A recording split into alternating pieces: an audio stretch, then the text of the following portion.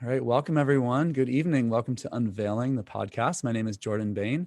I'm a senior guide, Kabbalah instructor with the Modern Mystery School in the lineage of King Solomon, also a ritual master and teacher and healer and many other things in this mystery school. My guest tonight is Anthony Long. He and I've known each other since 2014, I believe.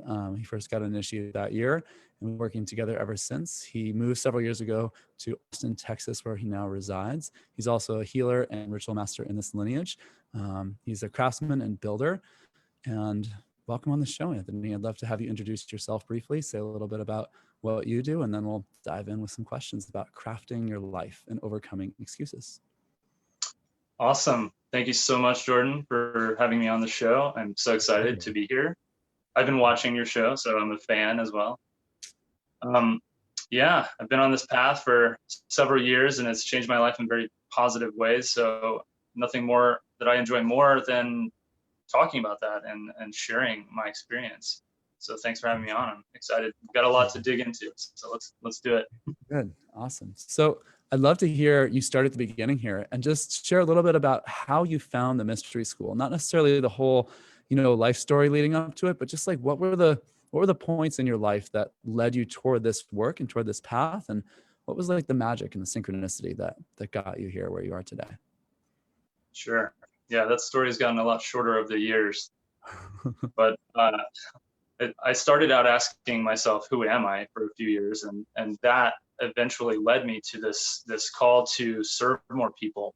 And so I really asked, I called out to find some way, or I had no idea what it was going to be, but I was like, I need to help more people because what I'm doing isn't really working. And that call was answered through the mystery school. It was an introduction into the mystery school right after that prayer. Mm-hmm. Very cool.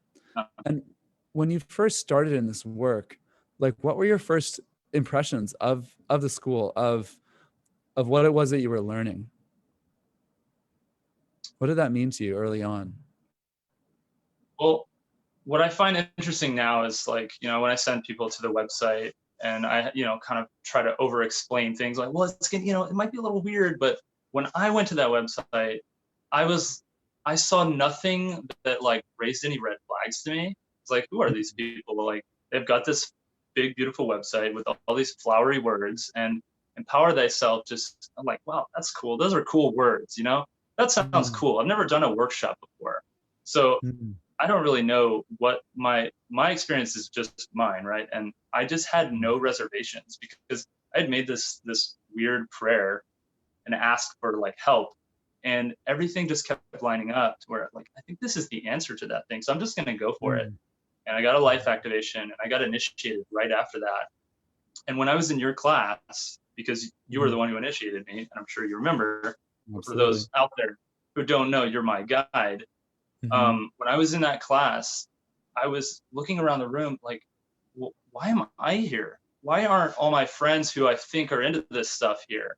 And why aren't they teaching this in school? Like, why hasn't this been taught to me before? Because this is so important. It seems like it's the most important things that I'm hearing about, and I'm hearing about them for the first time. So it's really helpful. Yeah. Absolutely. I felt that same way when I was taking this class for the first time. When I took the Empower Thyself training for the first time, I was like, wow, why? And I found it young. I found it at 24. Like I literally turned 25 the day I got initiated. And I was like, I should have known this in high school. Yeah. Maybe like elementary school was a little young, but I definitely should have known this by high school. By the time I got freshman and sophomore year of high school, I really should have been introduced to these concepts and teachings because it would have saved me so much trouble and hassle and suffering in my life. Hassle is not even the word. Suffering and pain is a better way to put it. I'm right there with you. Right there with you. Yeah, totally relate. And I don't know if I was ready for it then, though, in high school. Yeah, I don't know. I think everyone gets ready at their own time, But maybe we're moving toward that. So hopefully. So building right on that, what are the most important life lessons that you feel you've learned since stepping onto this path? Like as a mystery school initiate, what would you say you've really harvested as life lessons? Well, I would say a little on the education side of which I guess was like a fast track to learning the psychology of myself. Mm. Learning about how all these things that have happened in my life and maybe my ancestors' lives have affected me, and how they continue to affect me, and how they play Yeah. out in my life. And so I learned through this path, through the school, through the classes, through the Hermetic Kabbalah training courses, um, that everything that happens in my life is a result of something that happened before. And if you want different results, you have to change your actions. And that's just that's a really condensed version of what's happening, but you seed something and it grows into something later. Mm. So that was like a discovery. Like I was learning about all the subconscious patterns that were happening in my mind, and I was playing those Mm. things out in my life. Mm-hmm. And that's the biggest lesson I think that I found through the school is learning about how my past affects my future and my present. Yeah. It's huge. I mean, Yeah. just that concept that we really are responsible, something that Mm-hmm. always appealed to me in spiritual teachings, like you're creating your life. That always Right. made sense to me. I think I first read something like that. I think it was maybe in like Dan Millman's book, like The Way of the Peaceful Warrior or something like that when I was 15, or I think I read that when I was 15. And I was like, yeah, I'm creating my life. That sounds right on. How? Yeah. How am I creating my life? Like what does that mean? I was already meditating. I was already meditating every day. I started a lot of the spiritual work really young, but I still didn't feel like I had a sense of like sitting in the driver's seat in my life really until I got initiated, Mm. which is wild. That was like that was basically like 10 years later, like 10 years of meditation, spiritual practice, yoga. And I was maybe being led on a cool journey, but I definitely wasn't sitting in the driver's seat in that journey. So Yeah, it's been you're kind of going with the flow and accepting and grateful. You know, it's beautiful. Like the gratitude game is beautiful. yeah, But there's nothing wrong with actually, pulling out an oar and rowing the boat in a specific direction. right.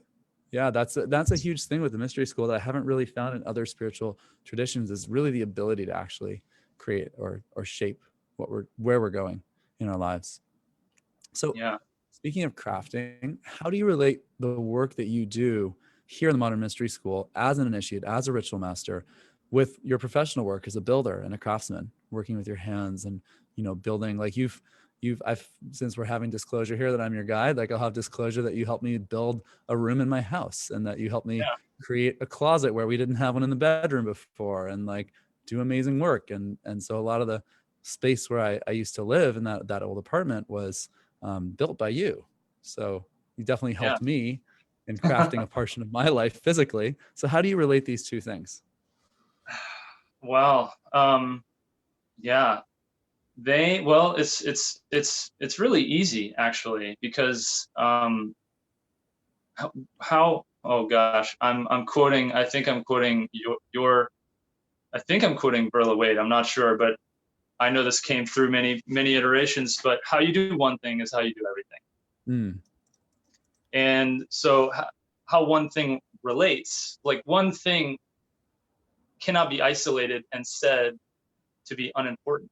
So when I'm working in someone's house, we open the wall up and we see what's going on, and we have to take a step back and we have to say, oh, look at this. This matters because this will push this out 1 inch or 3 inches, or, and that's going to affect this, and it's going to affect the relationship between this and that. And you wanted this, and I'm being really vague, but every little aspect of the entire home is thought about and seen and discussed, and because they relate to each other. Because you don't just Mm. start like, oh, I want a house, I'm just going to start slapping some wood together and put a roof on it.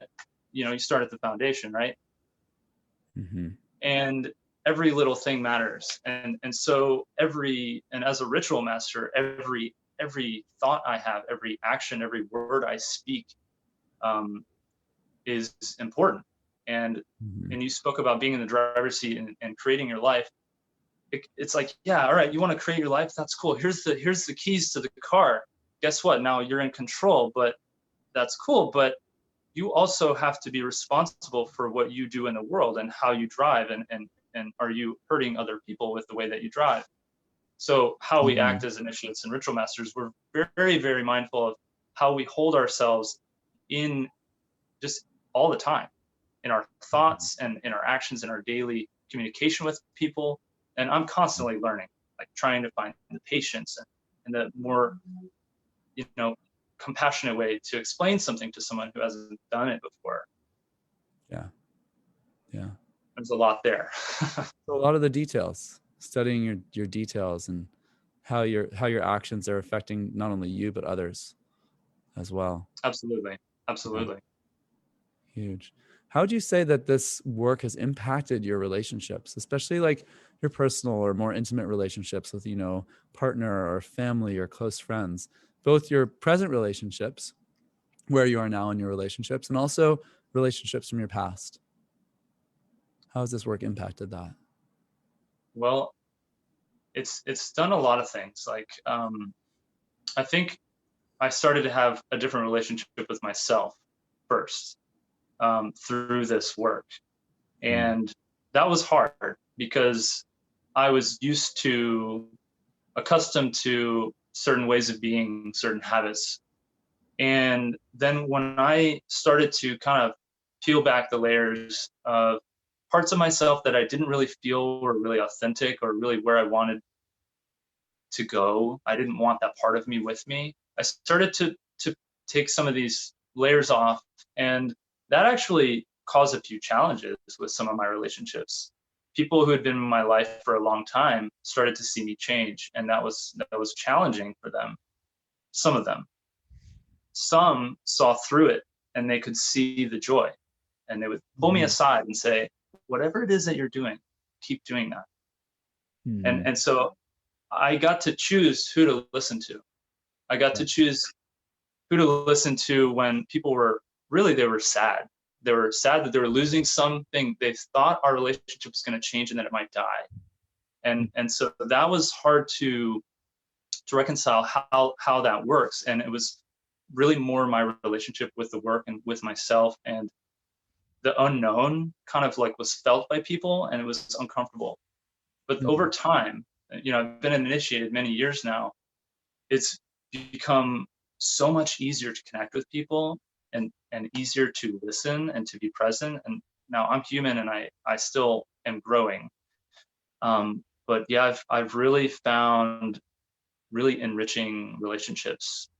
And you asked before the call, like, get into the romantic side, the romantic relationship. And this, I mean, I'm just in such a different place than I was when I got initiated, that like Mm. I'm so much more clear on what I want and how I want to be in relationship. And it's just so easy now. It just happens. It's who I am. And it's that Yeah, who I am is coming forth in my relationships. amazing. That's so awesome and so Yeah. rewarding. I mean, to have that Yes. that huge change of being a totally different person and how you relate with your partner and with everyone in your life. Yeah. Yeah. Mm.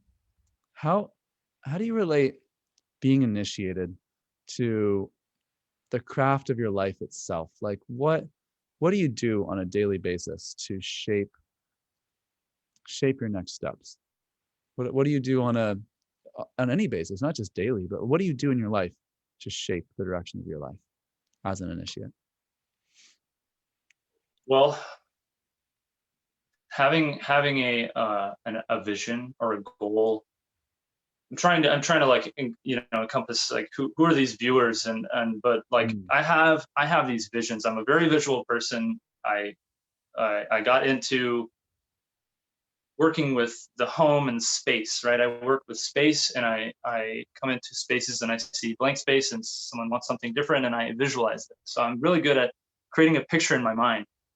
And so I do that with my life. And I've created like these visions, these images of and feelings attached to them, like of how I want to be and how I want to feel and who's around me, and what's my life like in the future. And I constantly go back to that vision. I Mm. I visit it often, and I expand on it. And I use it as like a calibrating tool. This vision, whether I'm making a vision board and I'm cutting and pasting things that I want, or like, things that elicit a feeling that I want to have, that's a good tool. And I use that also. But really holding the clarity in my mind of what it is that I'm going towards, where I'm going, where am I going, what's my purpose in life. And it helps me discern in the moment whether or not the things I'm doing day to day, week to week, are going to get me there. And so it's a constant, like, it's like there's an internal compass within me, and I'm using the tools of Kabbalah, truly, which we can talk about. But I'm using my experience through learning about myself through Kabbalah, and using that system to calibrate and discern and get really laser focused on what I want and go towards it. And I do that every day. I do that every week, and I have these goals that I'm going towards, and they're just showing up. There's fruits showing up in my life from seeds that I planted years ago. And each one, it proves to me that this works. Yeah. So I keep can totally relate. It's amazing how that happens. It blows me away when it happens still. Like, I teach Kabbalah and it still blows me away. I'm just like, oh my God, I've been doing it really on purpose. Right. I didn't think that was ever going to happen. I mean, I believed it. I put a lot of energy into it. I did a lot of rituals and prayers and meditations on it. But like, at the end of the day, it took long enough, because God knows why it took long enough. Maybe my own resistance, maybe it wasn't the right time. Maybe other pieces of the puzzle had to come into play. Who knows? But now here it is in my life, and I get to enjoy it. I get to learn from it, whatever it is. So that's always mind blowing when things pop up of intentions that we sowed a long time ago, and maybe we've almost forgotten that they could be real, and then here they are. Yeah, it's just fascinating, because we do it on purpose, right? We do this and we ask for those things, and we do those rituals and we do those prayers, and we really put a lot of work into it. But then we kind of like let it go, and we continue our daily lives. And then they show up, and it's like, oh my gosh, a surprise. The thing I asked for is here. And it's humbling. It's like always great. It's always beautiful. Yeah. And a lot of that really is the magic of Kabbalah and the Tree of Life. So let's talk about that. It's really, I mean, you've done Kabbalah as a mystery school journey through the Tree of Life how many times now? I just completed my 4th tree and jumped immediately into my 5th. Wow. Very cool. What is that, other than just, these fruits showing up like we were just talking about, what has that process been like for you? Because you've only been initiated 6 years, and now you're starting your 5th tree already. So it's a lot. And in 6 years to do 5 Kabbalah trees of life, it's almost back to back. Yeah. Well, that first initiate that I met, when I, after that prayer, they were telling me about Kabbalah, and in a way that I will explain, because it spoke to me, because it relates to like what I do as a profession, as a builder, talking about the 4 worlds and that spiritual foundation. But that said, I bring that up to say that Kabbalah is what drew me to the school.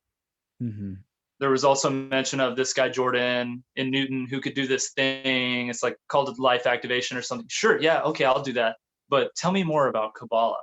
Kabbalah was what brought me to the mystery school. And when I saw the Kabbalah poster behind or above your altar that first day of class, I saw symbols on there that I had been drawing, and I didn't know what they were. And when I saw the poster, I said, oh, there's so much there. There's so much energy behind it. And that was also something I was feeling when you were talking about your initiation and all these other systems that brought you fruits and made an amazing life. But what's different about initiation? Because people get initiated into fraternities all the time, but there's an energy that happens during an initiation into this lineage that cannot be put into words. That energy is also found in the Tree of Life, and you have to experience it by walking the path and walking and using those tools. And in this lineage, that is what sets us apart from any other system, is that energy is there. And it's so powerful, and it helps us and it assists us. But Kabbalah as a tool, as a system, with its 4 worlds, which you can explain better as a teacher, international teacher. It's how we learn the science of creation, and then we learn how to create in our lives. Hmm. Yeah. And as you've done Kabbalah, I mean, the fruits are the most obvious thing, like what shows up. And we talk about fruits all the time in Kabbalah because it's the fruits of the tree of life. Like you plant a seed, it grows into something through your tree, and then it produces this fruit, and then you get to enjoy that as like the result. So we have these results, and we have these processes we go through, like we take things through these 4 stages of creation, from the archetypal concept of something into thinking about it, into planning it out in our lives, and then actually taking action with it, which of course is what is happening all the time, right? For everyone, Right. whether they're conscious of it or not, it's always taking place. Everything that is thought eventually gets acted on. These are ancient Hermetic principles. And Right. as Kabbalists, we start to harness these things consciously so that we can flow with that greater will of source or God, goddess, the universe, the light, and then be an active participant in it, where we actually are able to direct some of that flow. We receive that guidance and direction from those higher sources within us, which are also part of us. We are those sources as well on a certain level. Mm. And then every level of us, our spirit, our soul, even our human self, has a say in a certain sense as to like how these things get manifested in our lives. Like, what is it that's going to take place in my life? What are the different the visions through which this can play out in my life? And there's the part that's really in the hands of source or God, goddess, and then there's the part that's really in our hands. And to me, Kabbalah is one of the best system we have on the planet that I've ever found for unifying those two realities. Like the reality of, well, what is it that God, goddess, source, the universe wants, and what is it that I want as an individual? And like, how do those come together? And in Yeah. knowing ourselves, we get to know more of God. We get to know more of the light. We get to know more of the truth. And maybe we never really reach that as humans. Maybe that's not actually given to a human to reach that, but the journey of reaching it, the craft, like we're talking about, of building our life into more of that reality, that's the joy. That's the process. It's not just the mystic's path of going up the spiritual mountain and having an experience and then coming down and telling other people, hey, it's really great up there in the light, but being like, no, I want light in my life. I want my Yeah. life to be filled with light so that it radiates all the time. I don't just want to meditate on the light. I don't want to have an experience of the light. I want to be the light all the time. I want to enjoy it. I want to see it give amazing things to me and to other people. And I want to be able to share the tools that allow that to be my reality. So, and that's kind of the path of all initiates, is to embody it and then to share it and embody more and share more. Right. Yeah, Kabbalah is huge. It's like the Mm. center point of how we do so much of that work. There's the path of initiation with the healer path and the ritual master path, and then the Kabbalah path that really weaves the healer and the warrior together and makes them really relate with each other and brings us to our God, goddess self. So I want to go back to you for a minute here. What are the highest intentions and dreams for how you, like specifically, what is it that's driven you the most for how you create your life? Well, the answer to that changes, but Mm, right now it's family. It's like mhm, building a family, and this was something I've always had a vision for, but it was more of a hope. mm, And it'd be nice if that happened one day. Then years ago, before I found this school, I was like looking around in my life, thinking like, "Oh, that's never gonna happen. This is just hard. Life is hard, and I'm mm, not gonna get there." I had all these defeating thoughts. It was bad luck or cursed or whatever. But mm, now I've moved so far beyond that I know that anything that anyone has ever achieved is possible for anyone, right? It's what do you mm, want? And that source, like mm, what does source want for me? mhm, Um, so building a family and having like a beautiful home and children mhm, and um, businesses where I get to share. Like it's not so much about making money for me. Of course, I want to make a lot of money as well, but having a business allows me to kind of cultivate and experience and offer a service to the world and offer a place for people to serve in alignment with my values if they so choose, but to just share that beauty. Mm-hmm. Like when someone has a really big, beautiful house, Mm-hmm. they employ the neighborhood. They hire cleaners and painters and carpenters and builders and landscapers, and the whole town is serving Mm-hmm. through this one person having abundance, and they're using their abundance. And I Mm-hmm. want to live like that. Mm-hmm. I want to share that and share Awesome. these tools as well. Teach these tools. These are definitely, they're on my list. My vision is to continue on this path and treat it like a school. I was trying to go fast and hard, and I'm going to do all the things, but now I'm taking a lot more focus on my career and my foundation, and having that really Mm-hmm. short, having it really solid, so that I can take classes when I need to, take trainings and get healing sessions, and go see the chiropractor when my back hurts, and all these Mm-hmm. things. Yeah. So really having an abundant life and sharing that with family, Yeah. with friends, with my Absolutely. community. That's totally Kabbalistic wisdom as well. Mm. Sure. Amazing. So let's dig in a little bit with some of the nitty gritty. What have been your biggest stopping points that have held you back in this work? Because we had this subtitle like overcoming excuses for the Yeah. podcast. So let's dig into some Yep. of those excuses. Like what's held you back the most, would you say? I don't have any excuses. Nothing's ever held me back. It was never my fault. Okay. Yeah, some of the, just making excuses of like an external thing that happened. So, well, there was a flood and all my tools got destroyed, and now I can't, and I can't, and I can't. And while others just do and do and do right next to me. And so, yeah, I was a whiny baby for a long time. And I told these stories of why it was so hard for me, when really I was the common denominator in every single story of hardship in my life. I was there. There was this person there, and there was this car, and it was this like crazy person. And I was there too. I was there too. So the tools of empowerment empower me to realize that I'm accountable for my own life, and I'm Mhm. in the driver's seat of my own life. And that's a hard pill to take at the beginning, because it puts Mhm. you in control, and you have to start looking at your excuses and saying, is that really true? Like, Mhm. are you really like unloved or not good enough? Like, is that really true? Like, you're healthy, you're fit, like you're of mental capability. I can read and write. Like, I have everything that I could need to do anything in the world. Mhm. So these excuses are just, they're just, it's like flies. You have to learn how to swat them away. They're little thoughts in your head, but they're not true. I don't really have any good ones to bring up, but I've stopped myself a lot, and it all stems from just how I felt as a little kid. Not all the time, but in those times where I didn't feel good, I felt small.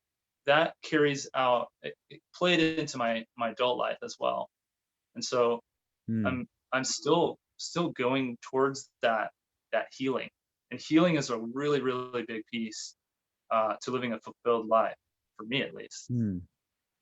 Say more about that. Say The more about healing. the healing and the what that means toward your fulfillment. Because I can Well, imagine what it means, but just to like tie those pieces together, maybe for viewers or maybe people who are newer to this path. How do you relate yeah. healing with fulfillment? Um, well, I wish I could. There's times where I wish I could remember like how I thought and felt at the beginning, and I can't always be there anymore. Yeah. But I Well, that's a can remember. beautiful thing too. It is. It is. I mean, I'm changing. I'm actually changing. Right. I had a conversation with a friend a few years ago who's been on the path much longer than I, and she's like, I can't even remember like those things. I know those things happened to me, but they don't exist for me anymore. And that Right. actually was like, I held on to that because I was like, Right. okay, that can happen for me too. And so in the beginning, the healing was really important for me because I had a lot to heal. And not everyone has the same amount of healing or the same things to heal. Some people are, they come into this work and they just fly, and others are that wounded healer archetype, right? So we come in, we have a lot to achieve in this life. Mm-hmm. There's an interesting twist on privilege. People who are privileged maybe don't have as much to gain, but I have a lot to gain, and I have a lot to grow through, and I'm doing that, right? So the healing has, where I wasn't healed, like I've said twice at least in this show, has held me back. And so going into that healing, it's really gentle, and it can take help from others, but it's looking really deeply and honestly at myself in these ways that I'm hurting, or I was hurt, or someone hurt me, or someone said something and it hurt my feelings. Mm-hmm. And just really like letting that be like heard and seen, those feelings be present, also letting them go. And then where this lineage, where these tools come into play is we have a lot of almost like surgical tools which help kind of like take care of that some stuff for you. So you start to work through this stuff in Kabbalah, and then you Mm-hmm. can go get like this session, an etheric surgery, to kind of cut all that stuff out of your aura, because it starts to come out, and you start to become free. And that fulfilling thing that we're talking about, it's becoming free of Yeah. these old ways of being and these old like kind of like cruddy feelings. Mm-hmm. And I'm starting to feel that more and more, Yeah. where I have to work to be present with someone who's in their stuff, in their healing stuff. I have to come and meet them there so that I can be a good listener. But then like I feel really good. I feel really good on a regular basis. And Mm-hmm. that's through the healing work. Yeah. Yeah. It's amazing. It's amazing how that works. I totally get that. I remember that shift for me. I think that was really, I think that really took me about 6 or 7 years on this path to get to a point where I was like, hey, my baseline is I feel great. And there's not really a lot of negative thoughts or feelings or sensations going on anywhere. And it was a big adjustment. I was sort of like in limbo for many months after I sort of came to that place and realized it. Like, well, if I'm not fighting and struggling just to feel okay, what now? Yeah. Like, what can I do now that I don't have to struggle? Wow, that's amazing. What could life even be like? What And would it be like? yeah, Yeah, if you're at your 100% capacity, right? It's the question we ask in Kabbalah. What would your life be like? What would it feel like if you were at 100%? Can you even imagine that? Is it right. even possible to imagine that? Yeah. And now I feel like so much closer to that. But that turning point for me was probably 2012. Was that turning point, like about 7 years into being an initiate. And it was when I came out of that in like 2013, came out of that meaning like came to a place of just embracing like this is who I am and things are really good and I can do anything. That was when this podcast was originally conceived of. Really? It's interesting, like, 7, 8 years later now, that's like, Yeah. oh, now I'm doing this podcast, but this podcast still is nowhere near 100% of what I know I can be doing, but it's much closer. So it's like There's it's room like to grow. I can see the next level on the horizon of like, well, that now feels like 100%.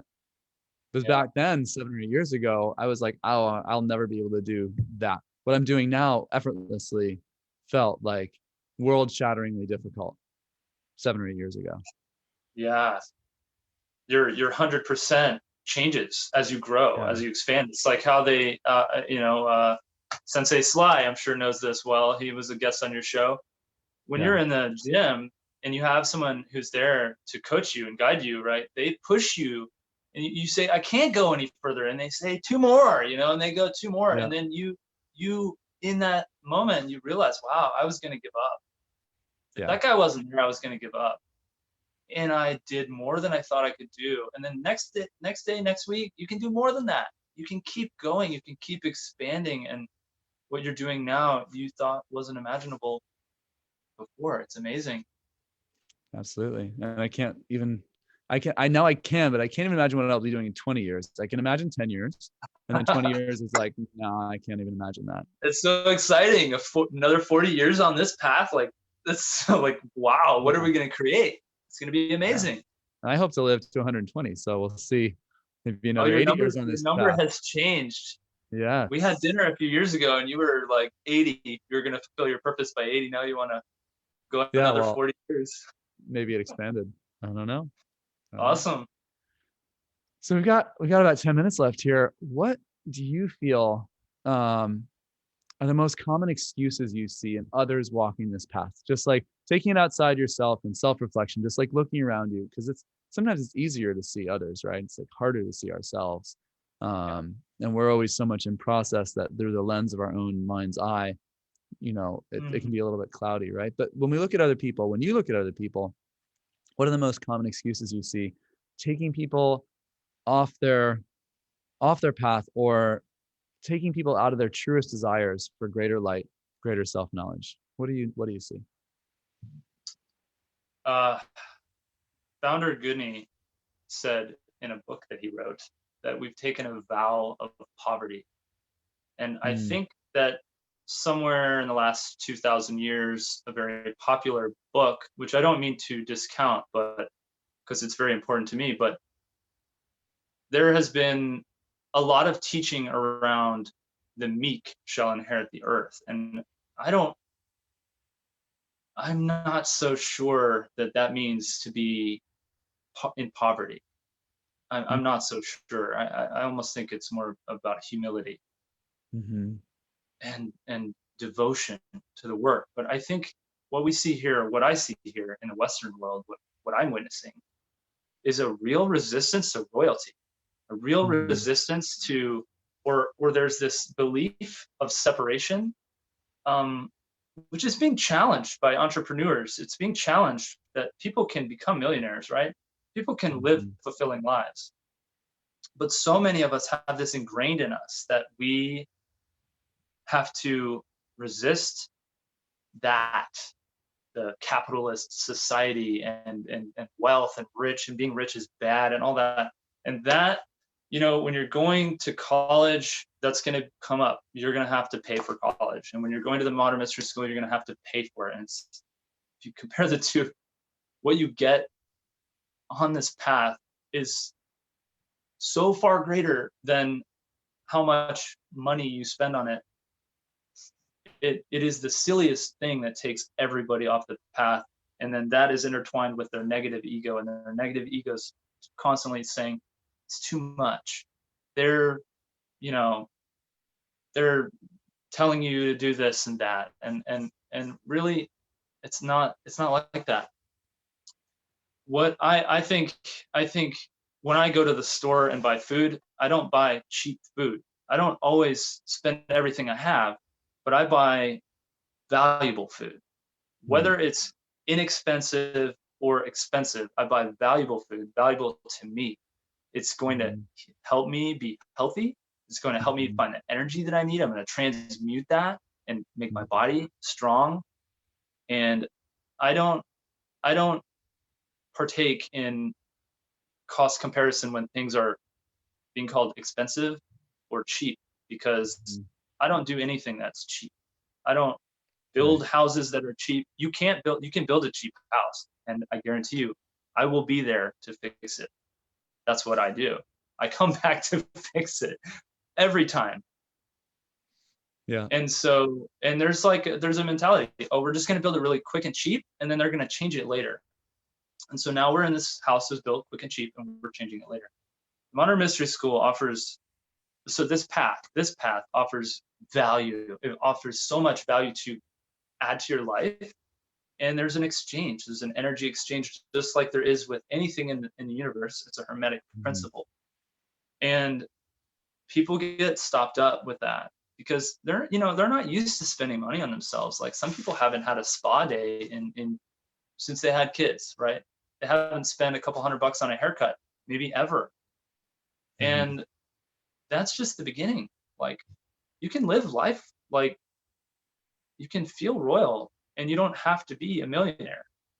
You can just spend your money wisely on things that are valuable and that add value to your life, and you will feel so rich, you'll feel so abundant. And I Mhm. never regret anything that I do on this path, because it always enriches my life Mm. threefold or tenfold, depending on how Yeah. I look at it. Usually it takes a lot longer for me to see the fruits later, but it's threefold in the moment and tenfold later Mm. every time. Amazing. Cool. What would you say if you were meeting brand new initiate? You just got initiated like 10 minutes ago. What would you say to them as a piece of advice? Because we do this, right? When we initiate Yeah. people, we do the ceremony. It's done one at a time. People come in from the other room where they've been sitting and meditating and waiting for everyone else to get initiated.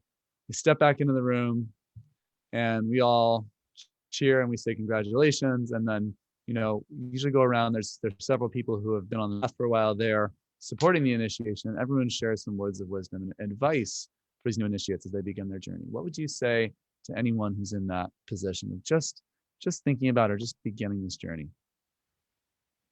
Well, the three easiest things are meditation, prayer, and ritual. Mm, But the most important one for the new initiate is to do your rituals. mm-hmm, So these rituals that are handed down in the Empower Thyself 2-day weekend, that the initiation follows that, the ceremonial initiation at the end of the weekend. You're handed down these really beautiful tools that feel weird and they're new, and like, what's a ritual? And I brush my teeth every day, but nobody calls that a ritual, right? So do your rituals, do your rituals, do your rituals, because you start to, if you want to, just the mental answer for that is like, it's a habit. It's a habit. Set a good habit. When you start doing those mm-hmm, good habits, you'll start to see good things in your life. But then we talked about it, energy, right? So we know there's so much more happening, and that continues to unfold and expand the more I do Kabbalah and I hear these like deeper mystery teachings. Like, I learn more about the rituals handed down in Empower Thyself every time, and it still yeah, blows me away.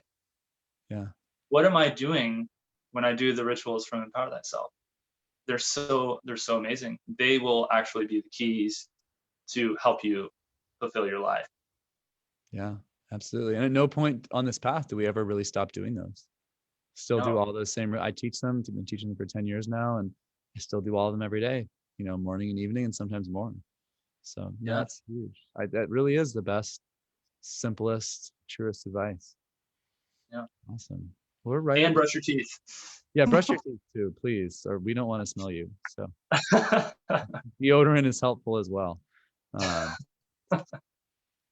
Great. Well, Anthony, it's been awesome connecting with you. It's been great having you on the show. Hope everyone enjoyed our conversation tonight. Again, my name is Jordan Bain. My guest tonight is Anthony Long. He lives down in Austin, Texas. You can hit him up in the comments if you need your house built or built right or repaired if someone else didn't build it right. So Yep. awesome. We love you all. Hope you have a great night. And thanks for tuning in with us. We'll be back next week. We'll be talking with one of the three members of the Third Order, Ipsissimus Hadeto.